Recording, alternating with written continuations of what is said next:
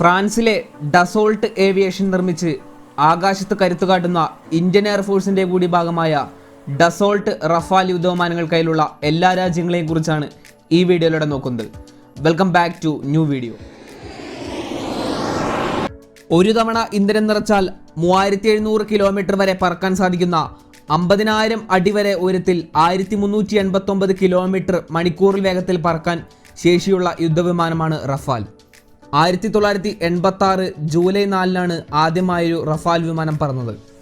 2001 May 18 Dassault aviation Rafale വിമാനങ്ങൾ അവതരിപ്പിച്ചു. 4.5 ജനറേഷനിൽ ഉൾപ്പെടുന്ന യുദ്ധവിമാനമാണ് റഫാൽ. റഫാൽ വിമാനങ്ങൾ സ്വന്തമാക്കിയ ഒരു രാജ്യമാണ് ഫ്രാൻസ്. 180 റഫാൽ വിമാനങ്ങൾ വാങ്ങാൻ തീരുമാനിച്ച ഫ്രാൻസിന് 152 റഫാൽ വിമാനങ്ങൾ 2018 ലഭിച്ചു. 2024 180 റഫാൽ വിമാനങ്ങളും ഫ്രഞ്ച് എയർഫോഴ്സിന്റെ ഭാഗമാകും. റഫാൽ വിമാനങ്ങൾ സ്വന്തമാക്കിയ മറ്റൊരു രാജ്യമാണ് ഈജിപ്ത്.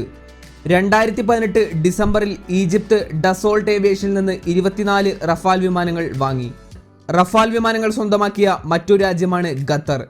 2015 ഖത്തർ 24 റഫാൽ വിമാനങ്ങൾ വാങ്ങാൻ തീരുമാനിക്കുന്നു. 2018 12 റഫാൽ വിമാനങ്ങൾ കൂടി ഖത്തർ വാങ്ങാൻ തീരുമാനിക്കുന്നു. ആകെ 36 റഫാൽ വിമാനങ്ങൾക്കുള്ള ഓർഡറാണ് ഖത്തറിനുള്ളത്. ഇതിൽ 23 വിമാനങ്ങൾ ഫെബ്രുവരി 23 ഖത്തർ എയർഫോഴ്സിന്റെ ഭാഗമായി. റഫാൽ വിമാനങ്ങൾ 36 ഇന്ത്യ ബുക്ക് ചെയ്തത്. ഇതിൽ 28 സിംഗിൾ സീറ്റും 8 ഡുവൽ സീറ്റുമാണ്.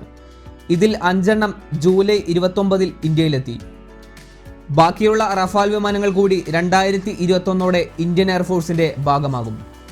കൂടുതൽ ആയുധങ്ങൾ വഹിക്കാൻ ശേഷിയുള്ള റഫാൽ വിമാനങ്ങൾ വരുന്നതോടെ ഇന്ത്യൻ എയർഫോഴ്സിന്റെ കരുത്ത് കൂടുതലാകും.